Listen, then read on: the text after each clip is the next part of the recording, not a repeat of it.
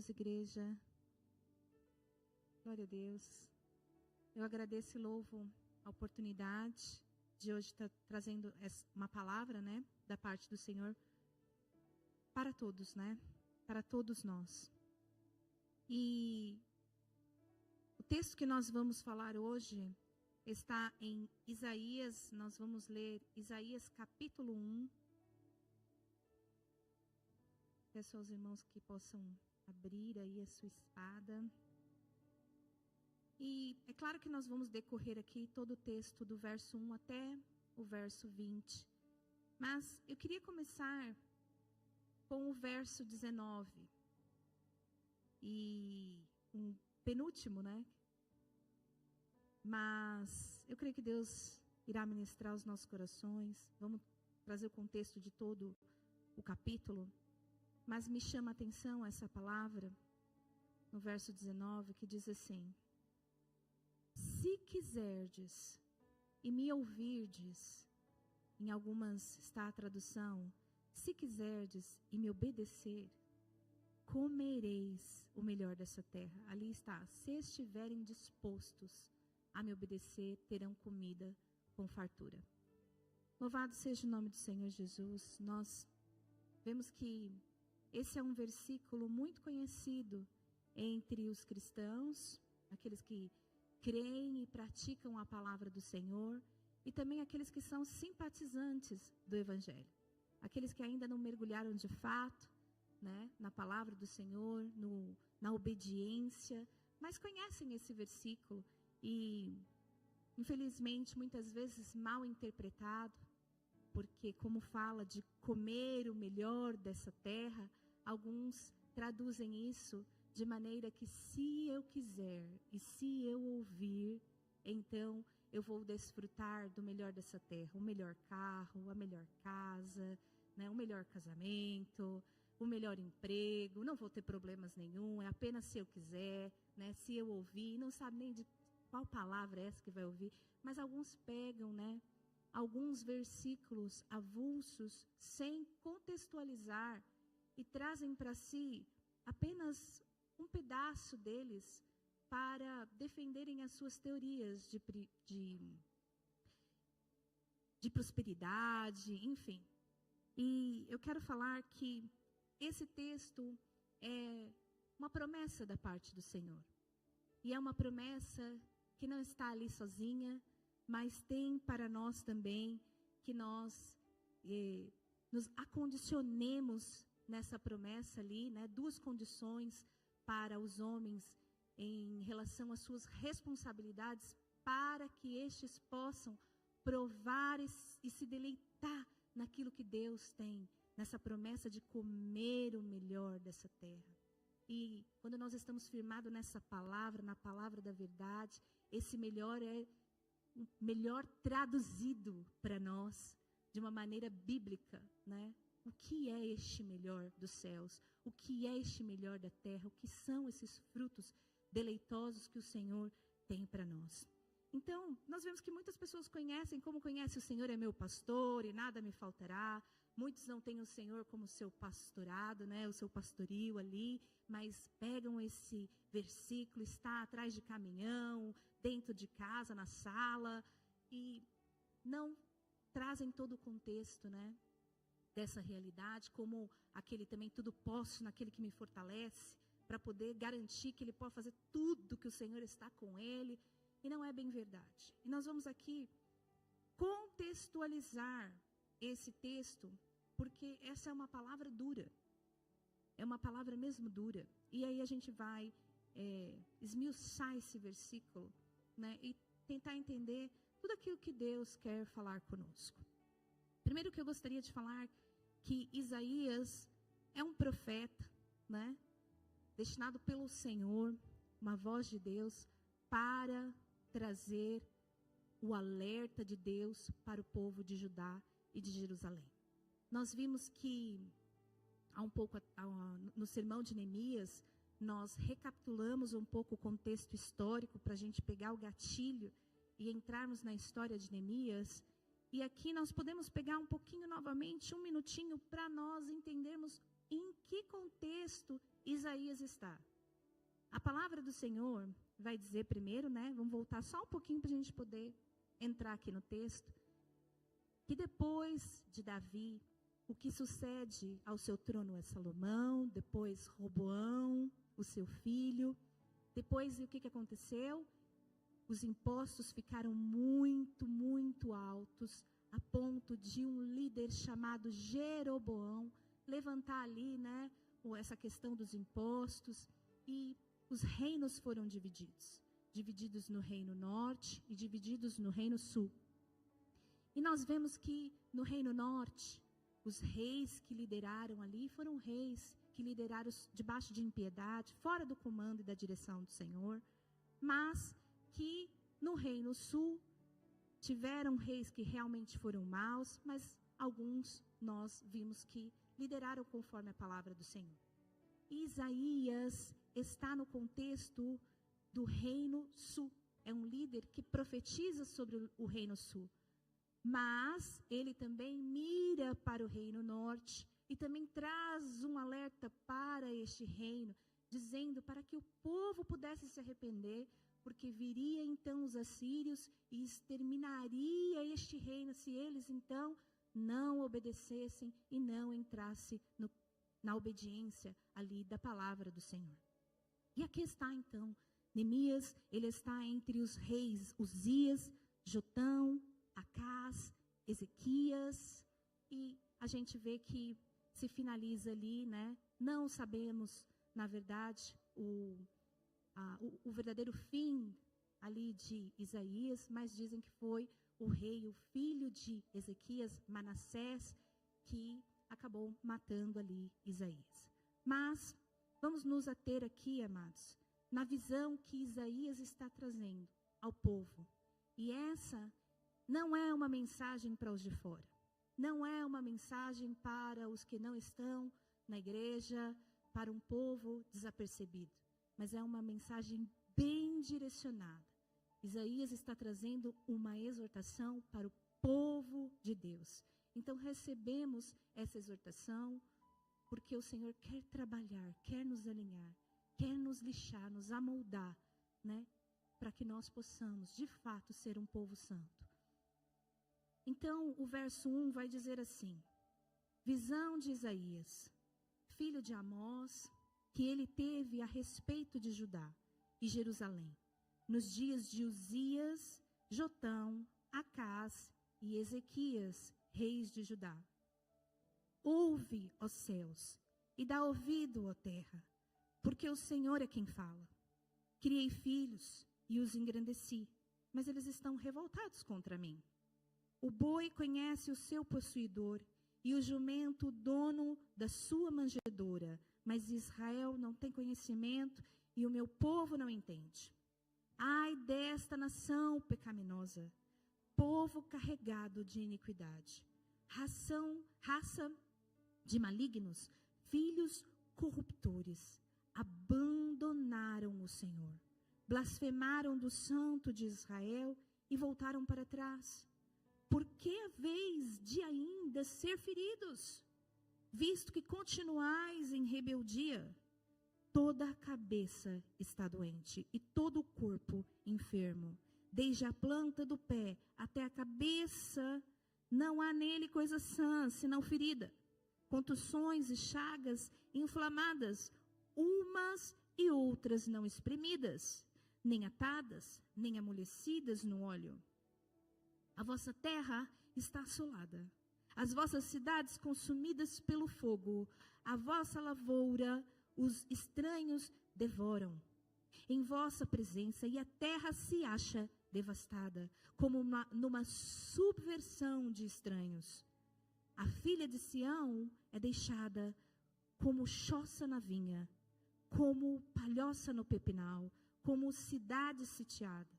Se o Senhor dos Exércitos não nos tivesse deixado alguns sobreviventes, já nos teríamos tornado como Sodoma e semelhantes a Gomorra. Ouve a palavra do Senhor, vós, príncipes de Sodoma, e prestai ouvidos à lei do nosso Deus, vós, povo de Gomorra, de que me serve a mim a multidão dos vossos sacrifícios? Diz o Senhor: eu estou farto dos holocaustos de carneiro e da gordura de animais cevados, e não me agrado do sangue de novilhos, nem de cordeiros e nem de bodes. Quando vindes para comparecer perante mim, quem vos requereu o só pisar nos meus átrios? Não continueis a trazer ofertas vãs. O incenso é para mim abominação, e também as festas da lua nova, os sábados e a convocação da congregação. Não posso suportar a iniquidade associada ao ajuntamento solene. As vossas festas da lua nova e as vossas solenidades, a minha alma as aborrece. Já me são pesadas, eu estou cansado de as sofrer. Pelo que quando estendais as mãos, eu escondo de vós os olhos. Sim, quando multiplicai as vossas orações, eu não ouço. Porque as vossas mãos estão cheias de sangue. E eu quero ler aqui, 16 e 17, que diz assim: lavai-vos, purificai-vos, tirai a maldade de vossos atos de diante dos meus olhos. Cessai de fazer o mal. Aprendei a fazer o bem, atendei à justiça, repreendei ao opressor, defendei o direito do órfão e pleiteai a causa das viúvas. Até aqui, nós vamos dar continuidade no convite da graça, porque esse é o cerne da mensagem. Mas, amados, eu quero falar que Isaías está exortando o povo de Deus. É uma exortação bem dura. Confesso que até eu fiquei estremecida diante dessa palavra. Porque o povo estava se ajuntando para cultuar o Senhor. Aquilo permanecia. Estava intacto. Mas o Senhor vira para eles e fala assim: olha só, eu criei os filhos, eu os engrandeci, mas eles estão todos revoltados contra mim. E ele diz: o boi conhece o seu possuidor, e o jumento o dono da sua manjedoura, mas vós não me conheceis. O povo não conhecia aqueles a quem estava servindo, ou o conhecia, aqui nós vamos ver, e estavam trilhando o caminho inverso. Então o Senhor está dizendo: olha, o boi conhece, os animais conhecem quem os apacenta, mas vós não conheceis, não conhecemos quem é o Senhor. E o Senhor desce o sarrafo. Gente, o Senhor desce a lenha no povo, dizendo: ó nação pecaminosa, povo carregado de iniquidade. Veja que o Senhor está dizendo que estes eram filhos de corruptos e que haviam abandonado o Senhor. Certamente eles conheciam o caminho, mas em certa altura desse caminho, abandonaram e deixaram somente as práticas. E se afastaram do Senhor, continuando congregando nas reuniões solenes. Continuando no ajuntamento, continuando no culto. Mas era algo tão superficial, que o Senhor falou: eu não compareço. Eu não estou no meio disso. Então o Senhor fala para eles: por que eu vou ferir mais vós? Porque eu já estou cansado de os corrigir, visto que vocês continuam em rebeldia. Quando nós olhamos ali para o cenário dos reis, ali, um atrás do outro. Rei, muitas vezes, praticando a idolatria, e o povo indo atrás da idolatria, o povo pecando a rodo contra o Senhor, mas não abandonavam as práticas religiosas. As práticas estavam intactas, mas o coração já estava totalmente apodrecido. O Senhor está falando: eu já os cansei de corrigir. Já não tem lugar para corrigir aqui. toda a cabeça está doente, todo o corpo já está enfermo, já não tem as chagas, já estão tudo inflamada. O povo continuava a pecar contra o Senhor, de maneira que eles estavam colhendo as consequências. E as consequências, amados, nós não podemos ir longe. Porque essa é uma mensagem viva, uma palavra viva para nós hoje. Qual é o cenário que nós estamos vendo da igreja? Qual é o cenário? Nós somos um povo só, nós somos uma igreja só. Então nós devemos sentir essa dor e esse impacto, porque pertencemos ao mesmo corpo.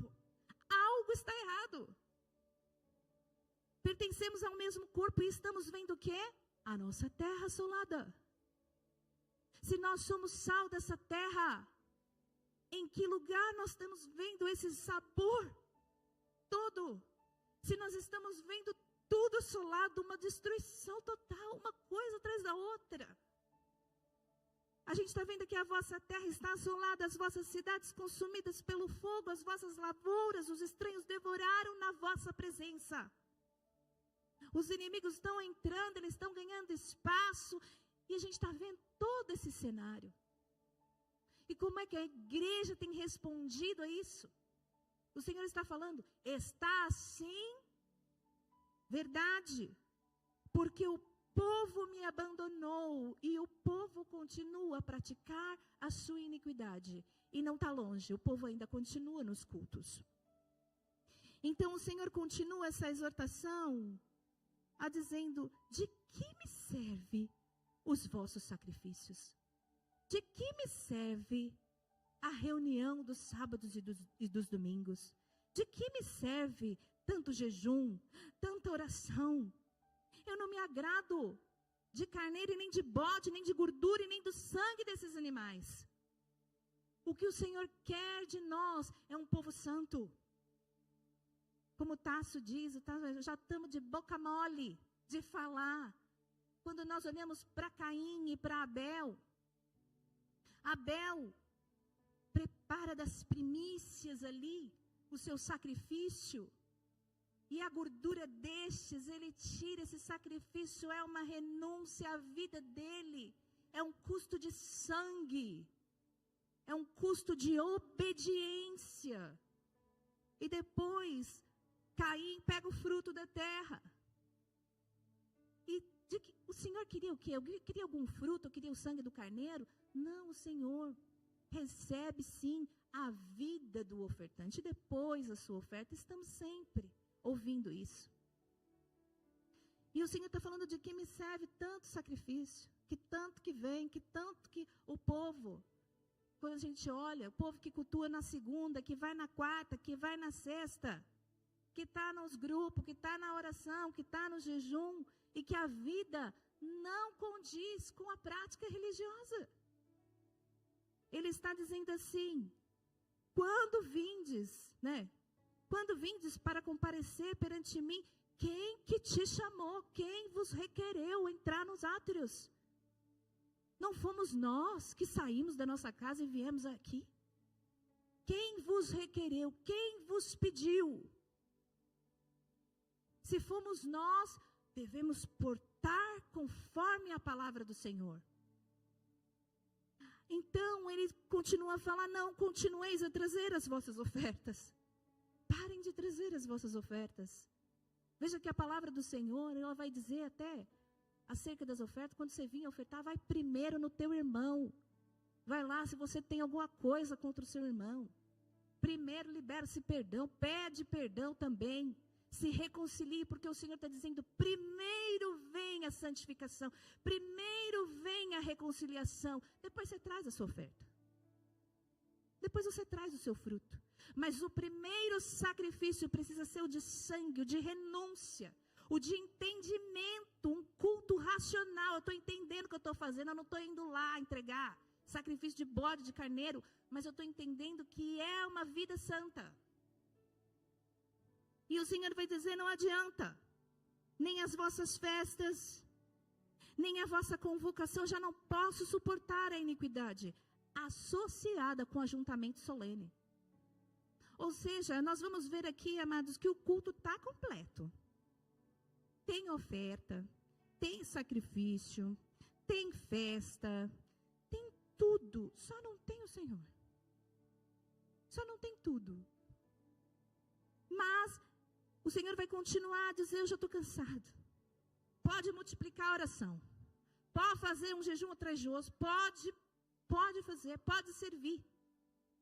Pode ter dom, pode tocar, pode varrer, pode fazer o que vocês quiserem. Isso não compra o Senhor. As nossas obras jamais comprarão o Senhor. O Senhor requer de nós um povo santo. Então, veja que tamanho é o amor do Senhor, que Ele, é verdade, Ele dá com o chicote de um lado, mas Ele estende o braço do outro e diz: lavai-vos. Há um lugar de escape para nós. Nós não precisamos permanecer nesse lugar. Nós não precisamos. O diabo está condenado para sempre. Nós não. Para nós há uma esperança, e essa esperança é viva. Há um lugar de escape para nós, há um lugar de restauração, há um lugar de reconciliação. Então o Senhor diz: lavai-vos, purificai-vos, tirai a maldade dos vossos atos de diante dos meus olhos. Cessai de fazer o mal, aprendei a fazer o bem. Veja que essa palavra me chama a atenção, porque ele diz: tirai a maldade e aprendei a fazer o mal. Veja que para fazer o mal, ninguém precisa aprender. Ele está dizendo: tira, arranca. Essa erva daninha tem que ser arrancada do nosso meio. Arrancada do nosso caráter. Tem que ser tirado sem dó.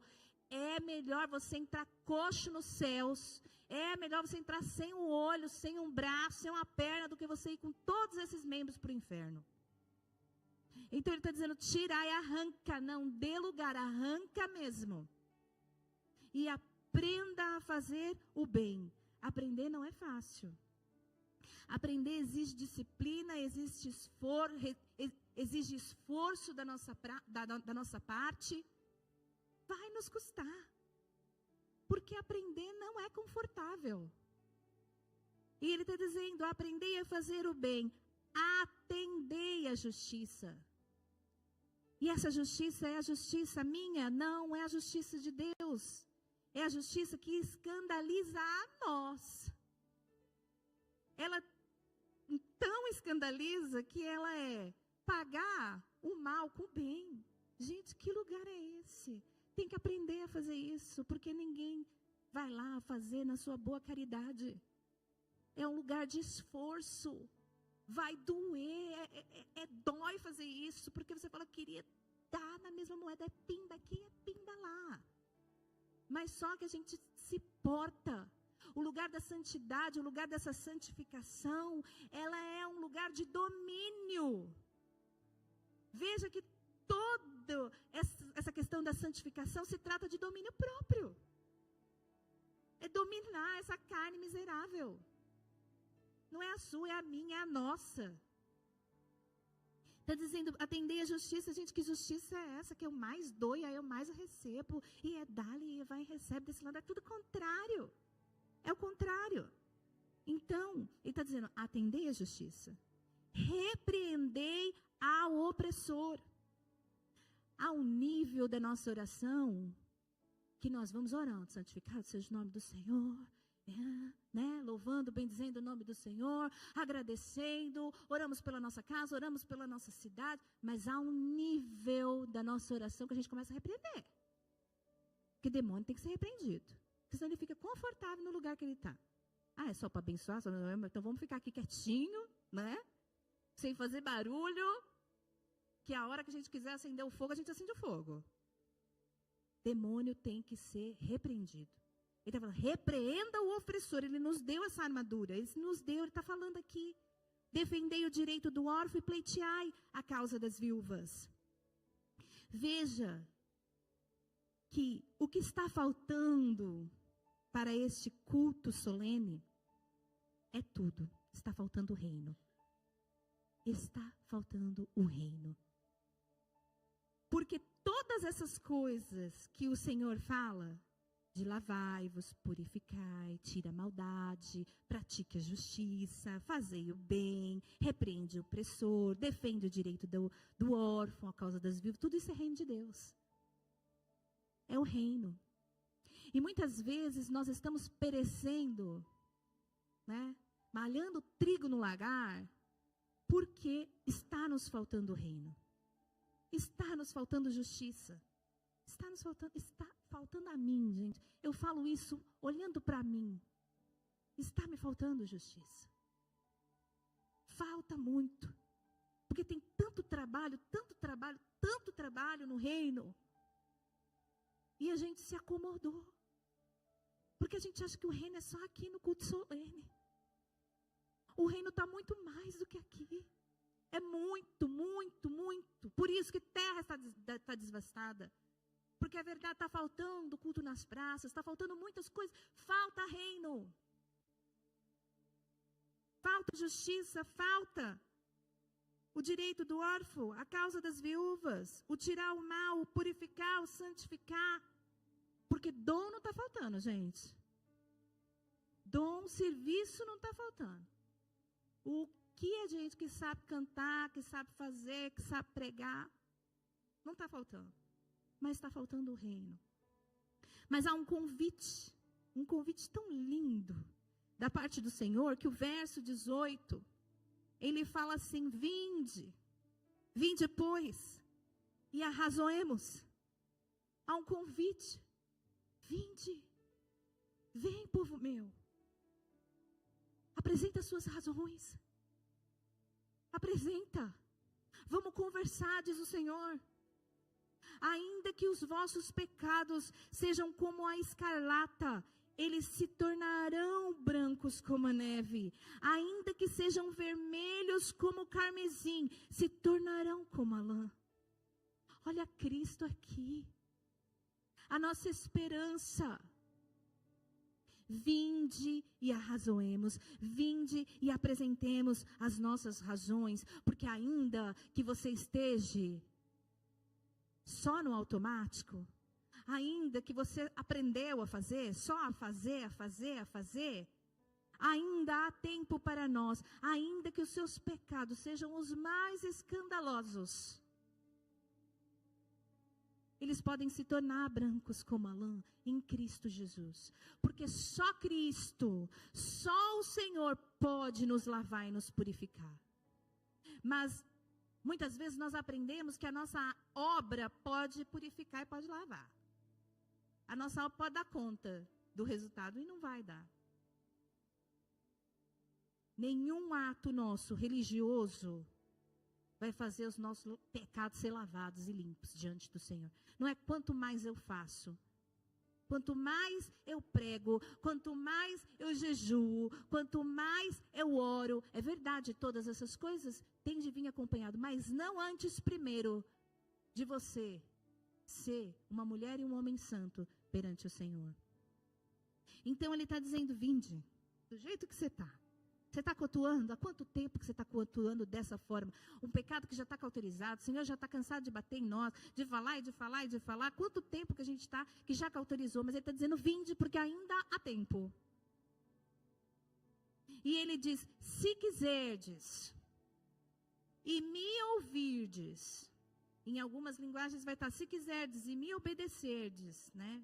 Se vocês me obedecerem, comereis o melhor dessa terra. Mas se recusardes e fordes rebeldes, serei devorados à espada, porque a boca do Senhor o disse. E eu quero me atentar a esse: se quiserdes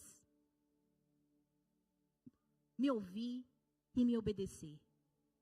Veja que aqui tem um banquete. Aqui tem uma mesa posta. E essa mesa tem os frutos maravilhosos do Senhor. Tem um banquete, está servido. E o Senhor está dizendo: vinde, vinde. É um convite. E depois ele vai dizer: vamos ter um relacionamento, vamos conversar. Não tem monólogo com o Senhor.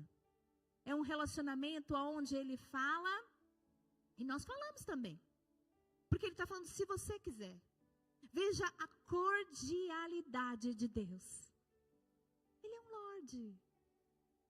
Ele é tão cordial que ele fala, vinde, está chamando nós para uma mesa, para um bate-papo. Ele está falando, vem que só eu vou falar. Arrazoemos. Apresenta, fala, mulher. Quais são as vossas queixas? O que é? Qual é essa conversa que a gente tem que ter? Só que antes desse servir do melhor da terra e tudo mais, ele está falando, se quiserdes. Veja que o Senhor não empurra ninguém para entrar na porta. E vai, para você poder entrar na porta e percorrer o caminho. É se você quiser. É como ele disse aqui, não é? Quando ele diz assim, quando vindes para comparecer perante mim, quem vos requereu? Quem vos requereu? Se nós, o que é que nos movimenta? É o querer. Eu quero. Tudo bem que pode ter outras coisas, Senhor, eu não consigo, tá assim, tá difícil, mas o primeiro passo é dizer, eu quero. Eu quero. Então, ele está dizendo, então vem. Agora, se você quer, aqui sou eu quem mando. Aqui sou eu que sou o rei. Sou eu quem governo. As diretrizes são minhas, as leis são minhas, as ordenanças são minhas, os estatutos são meus. A rédea está na minha mão, é eu que sou soberano, é eu quem governo. Então, se você quiser, você vem, você entra pela porta, você começa a percorrer esse caminho, olhando para você, vendo a sua nudez, reconhecendo seus pecados, as suas miserabilidades, reconhecendo sua fragilidade, arrazoemos, apresentemos a Ele quais são as nossas debilidades, o que é que tem nos dificultado, o que é que tem sido um desafio para nós. E aí sim, agora é hora de ouvir. Porque Ele nos dá esse lugar de fala. Jesus deu esse lugar de fala. Falou, o que é que você quer, homem? Ele nos dá esse lugar, não é um monólogo. Então, nós vamos apresentar e vamos falar, e depois a gente vai ficar quieto e vai ouvir. E quando ele começa a falar, amados, nós precisamos decidir também se a gente quer ouvir. Quer ficar para ouvir? Porque a conversa dele é uma só. Então, ele vai falando ali acerca da sua palavra e nós temos que estar dispostos a ouvir. Dispostos, atentos. E esse lugar de ouvir é um lugar de honra. É um lugar que eu reconheço quem está falando, a autoridade daquele que está falando, por isso eu me silencio e deixo ele falar. E deixo ele apresentar as suas ordenanças, as suas regras, as suas leis, porque sabe ele como é que funciona todas as coisas, e ele é soberano, o Deus da eternidade, conhece amanhã o buraco que vai estar na frente, o que não, a pedra, a montanha. Então, por isso, nós podemos saber que esse é um Deus confiável. Veja que há uma condição para você desfrutar dessa mesa. E essa condição é ouvir. Então, que nós possamos nos sujeitar a essa autoridade e sermos confrontados nessa palavra. Porque, acredite, Ele é um Deus confiável, Ele é um Deus fiel. O seu caráter é imutável. O que Ele falou, o banquete e os frutos estão lá. Nós podemos confiar, está garantido. Está garantido, não vai sumir da mesa. Mas Ele está falando, se você ouvir, se você quiser, mas tem mais uma condição. Se você me obedecer. E a obediência, ela nunca começa do meio para baixo. A obediência sempre tem. Se nós honramos aquele que é autoridade. Porque senão só obedecer por obedecer é como se não tivesse princípio nenhum. Sabe? É como se falasse assim, tira essa água daqui e eu não saber por que eu tenho que tirar. Qual é a lógica? Não é? Por que eu tenho que tirar isso? Como é que funciona? É para não cair? É para isso? Então não é só obedecer, porque senão se torna um ritual. Eu só vou e obedeço aqui, não sei para quê, sabe? Mas quando nós ouvimos e conhecemos o Senhor e nos deleitamos e sabemos quem Ele é, o seu caráter, quando nós reconhecemos a sua autoridade, a sua soberania, quando nós estamos atentos a Ele, quando nós fomos confrontados por essa palavra, como nós tivemos ali esse momento de relacionamento, essa mesa, essa comunhão, esse lugar que Ele nos oferece, esse diálogo, e estamos dispostos agora a obedecer, entendendo que os seus princípios são santos, porque o seu caráter é santo. Agora tem uma razão por que eu vou obedecê-lo. Agora tem uma razão, porque Ele é santo. Porque Ele é fiel, porque Ele conhece todas as coisas. Então, agora eu tenho um princípio daquela situação. Não está só por obedecer, obedece aí sem saber o que é. Só não senta aí, por favor. Você não sabe nem que a cadeira está quebrada. Ele não é esse Deus, um Deus ranzinzo. Ele quer nos apresentar, Ele quer nos conhecer. Ele quer que eu te conheço. Né? E assim é esse relacionamento. Então, obedecer em hebraico significa xamã. E xamã significa ouvir atentamente e agir conforme aquilo que a gente ouviu. Essa é a palavra, obediência. E agir de acordo com o que nós ouvimos é reconhecer essa autoridade em Cristo. E seguir os seus princípios e os seus valores, fazendo o quê? No esforço, na disciplina, na renúncia. Porque obedecer requer tudo isso. Obedecer requer de nós um sacrifício de sangue. Isso significa, vai custar. Vai custar. Vai custar quanto? Tudo. Amados, custa tudo. Porque custa você entregar a sua vida por tudo nas mãos do Senhor, nas mãos daquele que te chamou. E confiar nele. Então, o obedecer também significa domínio próprio, porque sempre a gente vai lidar conosco mesmo. O maior adversário na obediência vai ser nós. Vai ser você resistir à palavra que o Senhor liberou para você. Você mesmo, antes de começar a influência do maligno, de tentar te intimidar, e de todas as palavras que nós estamos ouvindo, a primeira resistência que a gente encontra é nossa.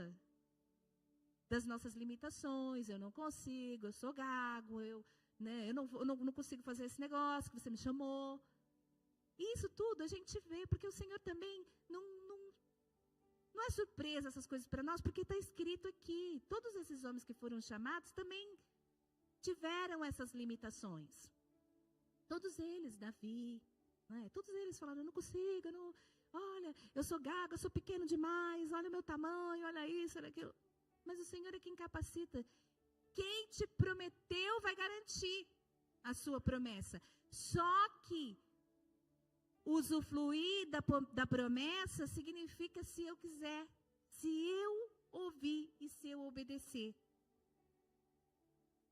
Outro crivo da obediência também é em nós estarmos dispostos.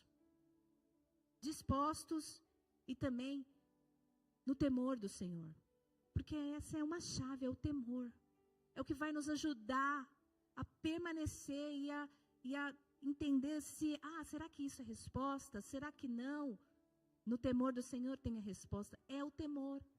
É voltar a ouvir a palavra do Senhor. É continuar na perseverança.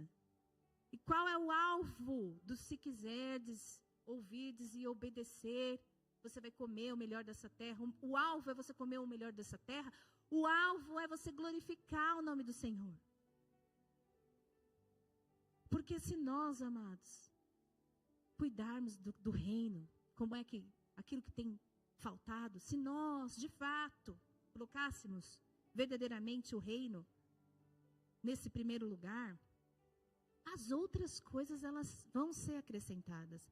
As bênçãos hão de correr e nos encontrar, trabalhando. Ela não vai encontrar ninguém no osso de braços cruzados. Ela vai falar, olha, tá ali, tem que correr, tem que pegar a irmã que está indo lá. E vai alcançar. E quais são os benefícios daquele que promete? É eterno, os frutos que ele tem, não, o banquete que ele tem, ele coloca e tira, não, gente. A gente usufrui mesmo. Agora, quando a gente vê, né, as promessas frajutas aí, de homens, do governo, do sistema, que te coloca lá, né, que se você obedecer, talvez você coma, talvez vai dar, talvez não vai dar. Isso daí são benefícios que pode ou não pode, mas do Senhor não. Ele garante. Se nós formos obedientes, nós vamos desfrutar. Mesmo que diante dos nossos desafios, mesmo que diante das dores, mesmo que diante das lutas, Ele se fará presente. Porque Ele é verdade, toda a verdade está nele. E qual é as consequências de tudo isso? Aí sim, é nós desfrutarmos, nos deleitarmos desse banquete. Agora a gente vai olhar da mesma forma esse banquete, depois que a gente percorreu todo esse caminho, desse entendimento, à luz da palavra? Jamais a gente vai achar que isso é uma bênção da teoria da prosperidade. Jamais que a gente vai pensar que isso é o teu melhor carro, que isso é o teu melhor casa. Porque isso é tão pouco. É tão pouco para o que Deus quer te dar, quer te oferecer. Você sabe por quê? Porque há muitas pessoas que têm aí o melhor carro, que têm aí a melhor casa, e são insatisfeitos. Estão insatisfeitos. Ainda não conseguiram usufruir da plenitude da bênção, encontrar satisfação nessas coisas. Gente, que é melhor? Eu não estou dizendo que os irmãos não possam desejar, né, ter os seus melhores. Mas, gente, sempre que eu tenho um carro, eu falo, Senhor, não precisa ser, né, um melhor carro. Pode não me dar o trabalho, é o melhor carro. Gente, eu não me importo de andar com Fusca, desde que não fique me deixando na rua. Então, há pessoas que pensam que é o melhor. E o melhor é ser provido. É ser provido. Porque às vezes você pode ter a melhor coisa e aquilo não trazer para você uma satisfação plena e verdadeira. Né? O melhor, a melhor casa. Às vezes você está no melhor país, no melhor lugar, na melhor cidade. Na visão daquele que acha que é o melhor, não é o melhor. Porque às vezes você fala, não era aqui que eu queria estar. Não era aqui. Essa casa é tão linda, que lugar tão belo. Mas eu preferi outro lugar. Então não é isso. Não é sobre isso. Mas sobre desfrutar da vontade perfeita do Senhor. Porque Ele sabe como nos satisfazer. Ele sabe o que é essa plenitude da satisfação. Então, que nós possamos, amados, de fato, querer, estar dispostos, ouvirmos, porque a fé, tudo isso que vai te dar o combustível para você caminhar, não é uma purpurina que cai, né? E vai começar, vem fé, mais fé, mais fé. Se nós não lermos a palavra, como é que essa fé é acrescida? Se a palavra do Senhor diz que é por meio de ler a palavra que vai vir a fé. Então não vai ter a outra verdade acima dessa verdade. Então que nós possamos ouvir atentamente e obedecermos. Às vezes essa obediência, né, são coisas tão pequenas, mas que o Senhor pediu para você. Às vezes Ele pediu para você, mas não pediu para mim, mas pediu para você. Isso. Então que nós possamos estar atentos. Porque às vezes também tem coisas específicas. É claro que tem a palavra do Senhor, que é aquela que vai, né, nos trazer uma direção como todo, como corpo, como igreja e como indivíduos específicos. Mas tem coisa que Deus pediu para você. Não foi assim na vida de alguns homens aqui? Tem coisas que Ele pediu para eles. O que era? Era a obediência. Né? Valia mais a a obediência do que os dons, do que a unção, do que talvez antecipar a bênção, como a gente vê Saul, que quis antecipar, né, o trabalho de Deus. Assim também não é obediência. Às vezes Deus tem algo para você. É maravilhoso o que Ele tem. Mas a gente quer antecipar, a gente quer pegar antes, quer abocanhar e deliciar antes. O Senhor fala, calma mulher, calma homem de Deus. De que adianta você ter um carro na sua graça e nem tem a carta? De que adianta você ter o carro, você vai ter que começar a emprestar para todo mundo, depois os outros começam a quebrar. Essa prejuízo é fora do tempo. Tem coisa que é fora do tempo. E o Senhor fala assim, tenha calma, porque eu darei. E enquanto não tem, darei provisão. Enquanto não tem, vai chegar. Então fiquemos e nos contentemos com aquilo que o Senhor tem para nós. Em nome de Jesus, amém. Glória a Deus, louvado seja o nome do Senhor por essa palavra.